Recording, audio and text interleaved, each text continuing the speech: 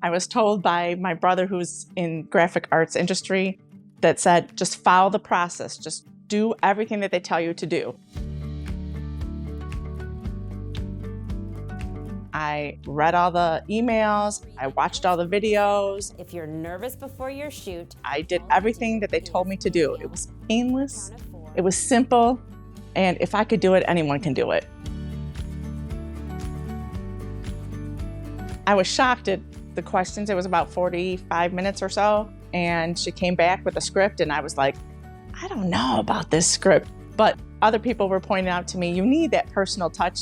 I thought I should be all uptight and stuffy and and not personable. And I'm, now looking back at it, I'm like, why did I ever think that? Because I can't imagine the video being any other way than what it is. So I ended up downloading a teleprompter app from the App Store. I would just, set it up somewhere in the house and just run through the script so it would be easier for me to do come the day.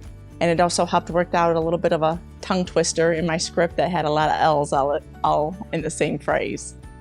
And then the day of the video shoot, I didn't plan anything until after the video shoot because I wanted to be relaxed and at ease.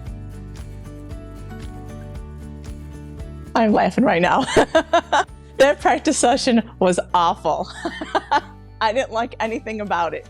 I didn't like the location. I didn't like how I looked.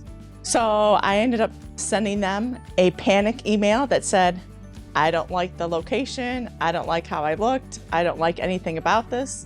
And so they gave some suggestions, send us some other pictures of the office, send us some pictures of your home, some various areas of your home, and maybe we can do it there instead. Well, one, my home looks a lot nicer than my office does. My office is cold and uninviting and the wall colors are awful. My home is just relaxed. It's your place of peace and tranquility. And I just think it just portrayed me 1,000 times more than it did ever in the office. Just take action. Even if it's messy action, just take action.